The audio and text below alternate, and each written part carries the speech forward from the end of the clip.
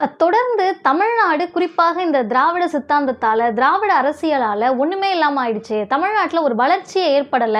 இந்த திமுக அரசு வந்து எல்லாத்தையும் நாசம் பண்ணிடுச்சு அப்படின்ற ஒரு நரேட்டிவ திமுகவை எதிர்ப்பவர்கள் மட்டுமல்ல, திமுகவுக்கு எதிராக இருப்பவர்கள் மட்டுமல்ல, தமிழ்நாட்டினுடைய இந்த திராவிட அரசியலுக்கும், திராவிட சித்தாந்தத்துக்கும் எதிராக இருக்கக்கூடிய இந்த பார்ப்பனிய மனநிலையில் இருக்கக்கூடிய பல பேர் பரப்பிக்கிட்டே இருப்பாங்க. அதை என்ன பண்ணுவாங்கன்னு கேட்டிங்கன்னா, திடீர்னு வந்து கல்வி வளர்ச்சி, கல்வி சிஸ்டமே ஒண்ணுமில்லாம ஆயிடுச்சுங்க தமிழ்நாட்டுல அப்படின்னுவாங்க. இவங்க சொல்றது உண்மைன்னு நினைச்சா அதை ஒரு 10 பேர் ஃபார்வர்ட் பண்ணுவாங்க. அதே போல இந்த தொழில்துறை வளர்ச்சிலாம் ஒண்ணுமே இல்லைங்க, இண்டஸ்ட்ரீஸ் growth-ஏ இல்லைங்க அப்படின்னு ஒருத்தர் சொல்லுவாரு. ஆமா ஆமா இண்டஸ்ட்ரீஸ் growth-ஏ இல்லை அப்படின்னு ஒருத்தவங்க சொல்லுவாங்க. இன்னொருத்தவங்க வந்து இந்தியாவில் மேக் இன் இந்தியா ப்ராஜெக்ட் மூலமா மோடி எவ்வளோ சாதிச்சிருக்காரு பாரே அப்படின்னு சொல்லுவாங்க. எவ்வளோ சாதிச்சிருக்காரு பாரேவா, என்ன எங்கே சாதிச்சிருக்காரு அப்படின்னு வந்து பார்த்தோம்னா அதுக்கு நம்மக்கிட்ட டேட்டா இருக்காது. ஆனால் இன்றைக்கு வெளிப்படையாக தமிழ்நாடு கல்வியிலும் சரி, வேலைவாய்ப்பிலும் சரி, தொழில்துறையில் மிகப்பெரிய ஒரு புரட்சியையவே, ஒரு ரேண்டம் சேஞ்சவே எப்படி சந்திச்சிருக்கு, அது உண்மையா இல்லையா, இவர்கள் சொல்லக்கூடிய இந்த வளர்ச்சியே இல்லைன்றது உண்மையா, இல்லை டேட்டாவோட தமிழ்நாடு வளர்ந்து நிற்கு, இன்னும் சொல்லப்போனால் இந்தியாவுக்கு வழிகாட்டக்கூடிய இடத்துல இருக்குது. இன்னும் ஒரு படி மேலே போய் சொல்லப்போனால் மொத்த உள்நாட்டு உற்பத்தியில், அதாவது இந்தியாவினுடைய ஜிடிபிக்கு இந்தியாவிலேயே அதிக பங்களிப்பை செலுத்தக்கூடிய மாநிலமாக தமிழ்நாடு இருக்கா, இல்லை பிஜேபி ஆளக்கூடிய நார்த் இந்தியன் ஸ்டேட்ஸ் இருக்கா அப்படின்றத டேட்டாவோட இன்றைக்கி நம்ம பார்க்க போகிறோம். இது எதிலிருந்து நம்ம பேச போகிறோம் அப்படின்னு கேட்டிங்கன்னா, நேற்றைக்கு டைம்ஸ் ஆஃப் இந்தியாவில் வந்த மிக முக்கியமான ஒரு கட்டுரையை மையப்படுத்திய வீடியோ தான் இது. அது மட்டுமல்லாமல் தமிழ்நாடு தொழில்துறை வளர்ச்சியில், உற்பத்தி துறையில் தமிழ்நாடு சாதித்திருக்கக்கூடிய சாதனையை தாண்டி வெளிமாநிலத்திலிருந்து வரக்கூடிய குழந்தைகளையும் கல்வி ரீதியாக தமிழ்நாடு எந்த கட்டத்துக்கு கொண்டு போயிட்டுருக்கு, இந்த திராவிட அரசியல் எந்த இடத்துக்கு கொண்டு போயிட்டுருக்கு அப்படின்றத இந்த வீடியோவில் பார்க்க இருக்கோம். வீடியோ முழுமையாக பாருங்கள். டிவார் சேனலை சப்ஸ்கிரைப் பண்ணிக்கோங்க.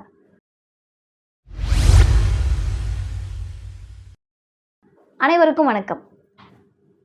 குறிப்பாக நேற்றைக்கு ஒரு வீடியோவை நம்ம பார்த்தோம். அந்த வீடியோவை பார்த்ததுலேருந்தே நம்மை அறியாமல் அந்த ஒரு நெகிழ்ச்சி நமக்கு வந்தது. என்ன அப்படின்னு கேட்டிங்கன்னா, திரும்ப திரும்ப நீங்கள் ஒரு அரசு பள்ளி மாணவர்களை பார்க்குறப்பையோ அல்லது ஒரு பரிசளிப்பு விழா நடத்துகிறப்பையோ திமுகவை எதிர்க்கிறோம் அப்படின்ற பேரில் தமிழ்நாட்டினுடைய இந்த எஜுகேஷன் சிஸ்டமை, தமிழ்நாட்டினுடைய அரசு பள்ளிகளை மறைமுகமாக கொச்சைப்படுத்தக்கூடிய வேலையை பலர் செய்து கொண்டிருக்கிறார்கள். அப்படி நீங்கள் வந்தீங்கன்னா தான் இந்த எஜுகேஷன் சிஸ்டம் மாறும். அன்றைக்கி ரஜினி சொன்னார்ல, சிஸ்டம் சரியில்லை, சிஸ்டம் சரியில்லைன்னு. அதை இன்றைக்கி எப்படி மாற்றிருக்காங்கன்னு கேட்டால், எஜுகேஷனில் வந்து ஒரு growth வேணும், காமராஜர் போல் ஒரு ஆட்சி வேணும், நீங்கள் உங்களால் தான் முடியும் அப்படின்னு சொல்லி ஒரு நெரேட்டிவை செட் பண்ணுறாங்க. அந்த நேரத்தில் தான் நம்ம குறிப்பாக என்ன பார்க்கணும் அப்படின்னு கேட்டிங்கன்னா, ஆல்ரெடி தமிழ்நாட்டினுடைய ஜிஆர் ரேஷியோ அதிகமாக இருக்கிறது, தமிழ்நாட்டில் தான் பெண்கள் அதிகமாக கல்லூரிக்கு செல்வது, தமிழ்நாட்டில் தான் பெண்கள் அதிக பிஹெச்டி பட்டம் வாங்கக்கூடிய, முனைவர்களாகக்கூடிய அந்த சாதனை, தமிழ்நாட்டில் தான் பெண் தொழில் முனைவோர்கள் அதிகமாக இருக்காங்க. இது எல்லாமே நமக்கு தெரியும். ஆனால் நேற்றைக்கு என்ன அப்படின்னு கேட்டிங்கன்னா, பள்ளிக்கல்வித்துறை அமைச்சர் அவர்கள் ஒரு வீடியோவை ஷேர் பண்ணாங்க. அதில் பீகார்லேருந்து வந்திருக்கக்கூடிய ஒரு மாணவி, அந்த பொண்ணு 10th எக்ஸாம் எழுதியிருக்காங்க. நீங்கள் எல்லாருமே நியூஸில் பார்த்துருப்பீங்க. தமிழ் பாடத்தில் 93 மதிப்பெண் எடுத்திருக்காங்க. ஒரு பீகார்லேருந்து வந்த ஒரு பொண்ணு, அந்த ஸ்டூடெண்ட்டுக்கு, அந்த மாணவிக்கு தமிழில் 93 எடுக்கக்கூடிய அந்த ஆற்றல், திறமை இருந்ததை நினைத்து நம்ம பெருமைப்படக்கூடிய அதே சமயத்தில் அவங்க சொல்லக்கூடிய அந்த செய்தி ரொம்ப முக்கியம். நாங்கள் 3 குழந்தைங்க, எங்கள் அப்பா அம்மாவோட சேர்த்து எங்கள் வீட்டில் நாங்கள் 5 பேர் இருக்கோம். எங்கள் அப்பா வந்து வெல்டிங் வேலை பார்த்து தான் எங்களை படிக்க வைக்கிறாரு. அப்படி இருக்கிறப்போ நாங்கள் தமிழ்நாட்டுக்கு வந்ததுக்கு முக்கியமான காரணமே இந்த படிப்பு தான். படிக்கிறதுக்காக ஃபஸ்ட்டு அவங்க வந்து படிக்கிறதுக்காகன்னு வந்திருக்க மாட்டாங்க. வறுமையின் காரணமாக தமிழ்நாட்டை நோக்கி வந்திருப்பாங்க. இங்கே வந்த பிறகு அந்த படிக்கக்கூடிய அந்த ஆர்வம் அதிகமாகுது. அப்போ அவங்க அம்மா சொல்லுவாங்களாம், அவங்க வீட்டில் இருக்கக்கூடியவங்களாம், பீகாரில் இருக்கவங்களாம், நீங்கள் இங்கே வந்துருங்கன்னு சொல்கிறப்போ படிப்புக்காக தான் நாங்கள் தமிழ்நாட்டில் இருக்கோம் அப்படின்னு சொல்லுவாங்களாம். இது எந்த அளவுக்கு நிகழ்ச்சியாக இருந்ததுன்னு கேட்டிங்கன்னா, தமிழ்நாட்டினுடைய சென்னையில் அரசு பள்ளியில் அந்த குழந்தை படிக்கிறாங்க. படித்து 10வதுல இந்த மதிப்பெண் எடுக்கிறாங்க. குறிப்பாக தமிழ் பாடத்தில் 93 மார்க் எடுக்கிறாங்க. அந்த பொண்ணு சொல்கிறாங்க, குழந்தைக்கு சொல்லி கொடுக்கறது மாதிரி கையை பிடிச்சி தான் எனக்கு எழுத சொல்லி கொடுத்தாங்க, தமிழை எழுத சொல்லி கொடுத்தாங்க அப்படின்ட்டு. அதுக்கடுத்து அவங்க சொல்கிற முக்கியமான விஷயம், பீகார்லேருந்து எங்கள் தாத்தா பாட்டி எங்களை வந்துருங்க வந்துருங்கன்னு கூப்பிட்றப்ப கூட எங்கள் அம்மா சொல்லிக்கிட்டே இருப்பாங்க, படிப்புக்காக தான் நம்ம இந்த தமிழ்நாட்டில் இருக்கோன்னு சொல்லி. நான் திரும்ப பீகாருக்கு போகிறப்ப ஒரு நல்ல வேலையோடு தான் போவேன். இதை நீங்கள் கனெக்ட் பண்ணி பாருங்கள்.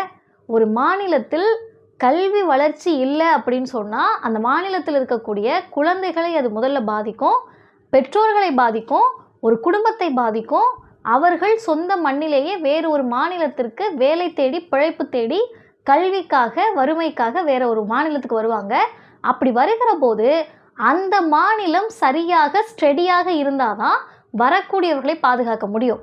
அப்போ தமிழ்நாடு சொந்த மாநிலத்தில் இருக்கக்கூடிய குழந்தைகளை அரசு பள்ளியின் மூலமாக உயர்த்துவது மட்டுமல்லாமல் வேறு மாநிலத்திலிருந்து வரக்கூடிய வட இந்திய மாநிலங்களில், குறிப்பாக வட இந்திய மாநிலங்களில் வரக்கூடிய குழந்தைகளையும் நம்ம அரசு பள்ளியின் மூலமாக நல்ல வேலையோடு நீ போகலாம்ப்பா, நாங்கள் உங்களை பார்த்துக்குறோம்ப்பா அப்படின்ற அந்த மனப்பான்மை இருக்குல்ல, அது தமிழ்நாட்டில் அதிகமாகவே இருக்குது. நம்ம ஏற்கனவே சொன்ன மாதிரி ஒன்றிய அரசு, மோடி அரசு கல்விக்கான நிதி 2152 கோடி ரூபாய் தரமாட்டேன்னு சொன்னதில் இந்த 3வது 4வது 5வது பீகார்லேருந்து தமிழ்நாட்டில் வந்து படிக்கக்கூடிய, மகாராஷ்டிரா மாநிலத்திலேருந்து தமிழ்நாட்டில் வந்து படிக்கக்கூடிய, மத்திய பிரதேசத்திலிருந்து தமிழ்நாட்டில் வந்து படிக்கக்கூடிய அந்த குழந்தைகளும் தான் அடக்கம். அப்போ நம்ம கேட்கக்கூடிய இந்த கல்விக்கான நிதின்றது எல்லாருக்காகவும். இதை தாண்டி அந்த பொண்ணு சொன்னாங்கல்ல, நான் ஒரு நல்ல வேலையோடு தான் இங்கேருந்து வெளியே போய் அவங்கள சந்திப்பேன் அப்படின்னு சொல்லிட்டு, அந்த நல்ல வேலை அப்படின்றத தமிழ்நாடு உறுதிப்படுத்தியிருக்கா இல்லையா? நீங்கள் படித்து வெளியே வர்றப்ப உங்களுக்கான வேலை வாய்ப்புகளை தமிழ்நாடு எந்த அளவுக்கு உறுதிப்படுத்தியிருக்கு, இது ஒரு பக்கம். இன்னொரு பக்கம் மோடி அவர்கள்கிட்ட, நம்முடைய பிரதமர்கிட்ட போயிட்டு வேலைவாய்ப்பு வந்து வருஷத்துக்கு 2 கோடி பேத்துக்கு வேலை தரேன்னீங்களே எங்கேயான்னு கேட்ட உடனே அது நீங்கள் பக்கோடா போடலாம், சொந்த தொழில் செய்யலாம், பக்கோடா போட போங்க அப்படின்னு சொன்னார். நம்முடைய உள்துறை அமைச்சர் அமித்ஷா கிட்ட கேட்டதுக்கு நாங்கள் சும்மா சொன்னோங்க, அதெல்லாம் அங்கே ஜும்லா அப்படின்னு சொன்னார். யோசிச்சு பாருங்கள், ஒரு இந்தியாவினுடைய பிரதமரும் ஒரு உள்துறை அமைச்சரும் நீ பக்கோடா போடப்போ நாங்கள் சும்மா சொன்னோம் அப்படின்னு சொல்லிக்கிட்டு இருக்கக்கூடிய ஒரு இந்தியாவில் தமிழ்நாடு வேலையை தேடி வரக்கூடிய ஒரு கிராஜுவேட்ஸுக்கு இங்கே இருக்கக்கூடிய இண்டஸ்ட்ரீஸ், தொழிற்சாலை சார்ந்த, தொழில்துறை சார்ந்த அந்த வேலைகளை எந்த அளவிற்கு நம்ம அதிகப்படுத்தியிருக்கோம் அப்படின்றத டைம்ஸ் ஆஃப் இந்தியா நேற்றைக்கு படம் பிடிச்சு காட்டியிருக்கு. அந்த கட்டுரையினுடைய பெயரே தமிழியன் டாலர் ஆன்சர் அப்படின்றது தான். இந்த தமிழியன் டாலர் ஆன்சரில் இவங்க என்னெல்லாம் சொல்ல வராங்க அப்படின்னு கேட்டிங்கன்னா, ஒட்டுமொத்தமாக இந்தியாவினுடைய மொத்த உள்நாட்டு உற்பத்தி, அதாவது கிராஸ் டொமஸ்டிக் ப்ராடக்ட், ஜிடிபின்றது நமக்கு தெரியும். இந்த கிராஸ் டொமஸ்டிக் ப்ராடக்ட்டுக்கு ஒட்டுமொத்த இந்தியாவில் அதிகமாக உற்பத்தி துறையிலிருந்து பங்களிப்பு செலுத்தக்கூடிய மாநிலமாக தமிழ்நாடு தான் இருக்குது. இதை இவங்க டேட்டாவோட சொல்கிறாங்க. அதை விட குறிப்பான விஷயம் என்னன்னு கேட்டிங்கன்னா, 2014 நம்முடைய இந்தியாவின் பிரதமர் இந்தியாவை உயர்த்தி காட்டப் போகிறேன், உலக அளவில் பெரிய அளவில் கொண்டு வர போகிறேன், தரவரிசையில் முன்னாடி கொண்டு போகிறேன், செகண்டு கொண்டு வர போகிறேன், முன்னாடி கொண்டு வர போகிறேன்னு சொல்லி அவர் என்ன பண்ணாருன்னா மேக் இன் இண்டியா அப்படின்னு சொல்லி அறிவித்தார். எல்லாமே மேக் இன் இண்டியா ப்ராடக்ட் தான். இந்த சைனா ப்ராடக்ட், ஜப்பான் ப்ராடக்ட் ஒன்றும் கிடையாது, எல்லாம் மேக் இன் இண்டியா தான் அப்படின்னு சொல்லி ஆரம்பித்தாங்க. அப்படி இந்தியாவிலேயே உற்பத்தி செய்யக்கூடிய பொருட்களை பயன்படுத்தணும், இந்தியாவே பொருட்களை உற்பத்தி செய்யும் அப்படின்னு சொன்னீங்கல்ல, சொன்னதெல்லாம் நல்லா இருந்தது. நீங்கள் பேசுகிறப்ப ஒரு தேசபக்தியோடு பேசுனீங்க. இப்போ கூட ஆப்ரேஷன் சிந்தூருக்கு என்ன பேசியிருக்காருன்னா, நம்ம செய்யக்கூடிய மிகப்பெரிய தாக்குதல் என்னன்னு கேட்டால் இந்தியாவிலேயே உற்பத்தி செய்யக்கூடிய பொருட்களை தான் நீங்கள் பயன்படுத்தணும் அப்படின்னு சொல்கிறாங்க. யோசிச்சு பாருங்கள், ஒரு கடையில் போய் நம்ம ஒரு ப்ராடக்ட் வாங்கணும்னு வச்சுக்கோங்க, அந்த ப்ராடக்ட் வந்து சப்போஸ் ஒரு சைனாவோட ப்ராடக்ட்டோ இல்லை ஜப்பானோட ப்ராடக்ட்டோ இல்லை வேறு ஏதாவது ஒரு நாட்டினுடைய ப்ராடக்டாக இருக்குதுன்னு வச்சுக்கோங்க, வாங்கக்கூடியவர்களுக்கு நான் வெளிப்படையாக சொல்கிறேன், பல பேர் அது மேக் இன் எங்கே அதெல்லாம் பார்க்க மாட்டாங்க, இந்த ப்ராடக்ட் தேவைன்னா வாங்கிடுவாங்க. இப்போ இந்த ப்ராடக்ட்டு வெளிநாட்டிலேருந்து வந்திருக்குன்னா அது கடையில் இருக்கிறனால தான் வாங்குகிறாங்க. அப்போ இதை கடையில் இருக்கிறதுனால தான் வாங்குறாங்கன்னா, மேக் இன் இண்டியான்னு சொன்ன நீங்கள் தான் வெளியே இருந்து பொருட்களை இங்கே இறக்குமதி பண்ணக்கூடிய வேலையை பார்க்காம இருக்கணும். இதெல்லாம் அரசியல், இதுக்குள்ளே நம்ம போக வேண்டாம்.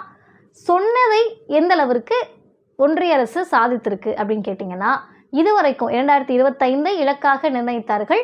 உற்பத்தி துறையிலிருந்து மொத்த உள்நாட்டு உற்பத்திக்கு, அதாவது ஒரு எளிமையாக உங்களுக்கு புரிகிற மாதிரி சொல்லணும்னா, இந்தியாவினுடைய ஒரு மேனுஃபேக்சரிங் செக்டார்லேருந்து இந்தியாவுடைய ஜிடிபிக்காக 25% பங்களிப்பு இருக்கணும், 25% பங்களிப்பு இருக்கணும் 2025க்குள் அப்படின்னு நிர்ணயித்தாங்க. இப்போ 2017 ஏறக்குறைய 10 வருடங்கள்னு கணக்கு வச்சுப்போம். இந்த 10 வருடங்கள் எவ்வளோ ஆகிருக்குன்னு கேட்டிங்கன்னா, அப்படி இப்படின்னு முட்டி மோதி 16% கொண்டு வந்துட்டாங்க.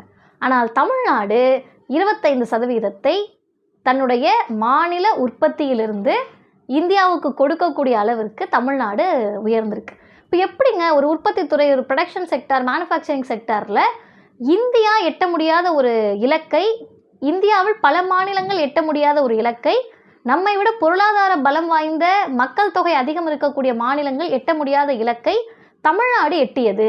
இன்னும் சொல்லணும்னா, தமிழ்நாடு டோட்டல் இந்தியாவோட பாப்புலேஷனில் 6%க்கு குறைவு, 6%க்கு கம்மியாக இருக்கக்கூடிய ஒரு பாப்புலேஷன் இந்தியாவுடைய ஜிடிபிக்காக ப்ரொடக்ஷன் செக்டார்லேருந்து 25% பங்களிப்பு கொடுக்க முடியுது அப்படின்னு சொன்னால் இதை எப்படி சாதிச்சாங்க, இதுக்கு என்னெல்லாம் முக்கிய காரணிகள் அப்படின்னு டைம்ஸ் ஆஃப் இந்தியா வந்து ஒரு டேட்டாவை கொடுக்குறாங்க. அதில் அவங்க என்ன சொல்கிறாங்கன்னா, இங்கே வந்து பல பெரு நிறுவனங்கள், உலகத்தில் இருக்கக்கூடிய பெரிய நிறுவனங்கள், அதாவது ஃபாக்ஸ்கானாக இருக்கட்டும், ஃபோர்டாக இருக்கட்டும், இந்த மாதிரி பெரிய நிறுவனங்கள் இங்கே அசோக் லேலண்ட், டிவிஎஸ் இந்த மாதிரியான அவங்க பட்டியலிடுறாங்க. அந்த நிறுவனங்களினுடைய தொழிற்சாலைகள் தமிழ்நாட்டில் இருக்குது. அதை விட 31,000 செயல்படக்கூடிய தொழிற்சாலைகள் தமிழ்நாட்டில் தான் இருக்குது. இது இந்தியாவிலேயே அதிகமாக, இந்தியாவிலேயே 31,000 தொழிற்சாலைகள் செயல்படக்கூடிய நிலையில் இருக்கக்கூடிய முதன்மை மாநிலம் தமிழ்நாடாக தான் இருக்குது. அதுக்கடுத்து அவங்க சொல்கிறாங்க, இந்தியாவுக்கு ஏற்றுமதி செய்கிறோம்ல, வெளியே விடுங்க, இந்தியாவுக்குள்ளே ஏற்றுமதி செய்கிறோம்ல, அதிலும் தமிழ்நாடு தான் முதன்மையாக இருக்குது.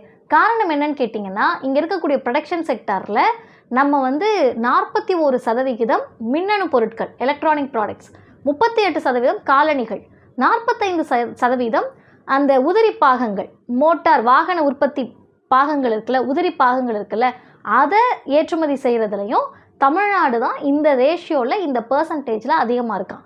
அப்போ இந்தியாவிலேயே மின்னணு பொருட்கள், இந்த பொறியியல் சார்ந்த பொருட்கள், வாகன உதிரி பாகங்கள், காலணிகள், ஆடை உற்பத்திகள், எண்ணெய் உற்பத்திகள், இப்படி பல மேனுஃபேக்சரிங் செக்டார்ஸில் இந்த வெரைட்டி எல்லாத்துலேயுமே தமிழ்நாடு ஃபஸ்ட்டில் இருக்குது.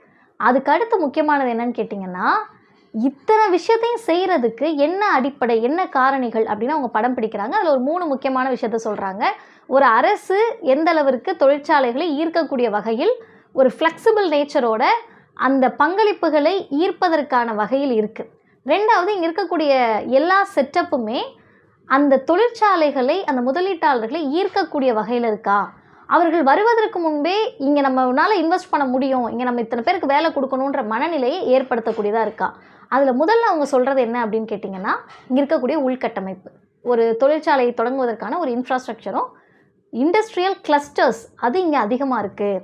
அப்போ இது எப்படி ஏற்படுத்தியிருக்காங்க அப்படின்னு கேட்டிங்கன்னா, இப்போ தான் திமுக அரசு எதை செய்திருக்கு அப்படின்னு கேட்டால், 1971 முத்தமிழறிஞர் கலைஞர் அவர்கள் முதலமைச்சராக இருந்தப்போ சிப்காட், தமிழ்நாட்டில் அந்த சிப்காட்டை உருவாக்கி அதன் மூலமாக நிறைய தொழிற்பூங்காக்களை உருவாக்கி இந்தியா தொழில்துறை வளர்ச்சியிலும் உள்நாட்டு உற்பத்தியிலும் உற்பத்தி வளர்ச்சியிலையும் ஒரு எல்லையத்துக்கு போய் ஒரு எல்லையை எட்டுவதற்கு முன்பே இங்கே அதுக்கான வாய்ப்பை கலைஞர் ஏற்படுத்தியிருக்காரு. அப்போ வெளிநாடுகளிலிருந்தோ அல்லது இந்தியாவிலிருந்து பிற மாநிலங்களிலிருந்தோ வரக்கூடியவர்களுக்கு அவங்க முதலீடு செய்வதற்கு முன்பே அவர்கள் முதலீடு செய்வதற்கான கட்டமைப்பை தமிழ்நாடு உருவாக்கியிருக்கு அப்படின்னு சொல்கிறாங்க. அதுக்கு அடுத்து முக்கியமானது என்ன அப்படின்னு சொன்னால், இங்கே அதற்கான சூழலை நம்ம ஏற்படுத்தியிருக்கோம். சூழல் அப்படின்றது என்ன, 2 வகையில் பார்க்கலாம். ஒரு இண்டஸ்ட்ரி வராங்க அப்படின்னு கேட்டால், இன்றைக்கு குஜராத்துக்கு இண்டஸ்ட்ரீஸை நாங்கள் ஓப்பன் பண்ணுவோம், தமிழ்நாட்டுக்கு வர ஒரு தொழில்துறை வளர்ச்சியை கெடுத்துருவோம் அப்படின்னு சொல்லி பல ப்ராஜெக்ட்ஸை ஒன்றிய அரசு தமிழ்நாட்டுக்கு வரவிடாமல் தடுத்தப்போ கூட தமிழ்நாட்டினுடைய முதலமைச்சர் 2021 முதல்வரான பிறகு பல நாடுகளுக்கு பயணம் செய்து அங்கே இருக்கக்கூடிய முதலீட்டாளர்களை ஈர்க்கக்கூடிய வகையில் இங்கே பல விஷயங்களை செஞ்சாங்க.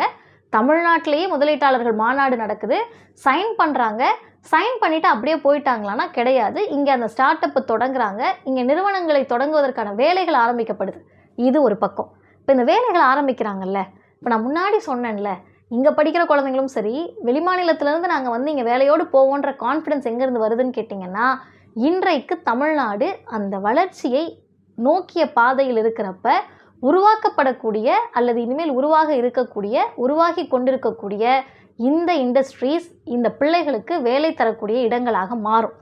அப்படி மாறுகிற போது நீங்கள் கிராமப்புறங்களை விட்டு பெருநகரங்களை நோக்கினா அது சென்னை மட்டுமா இருக்கக்கூடாது.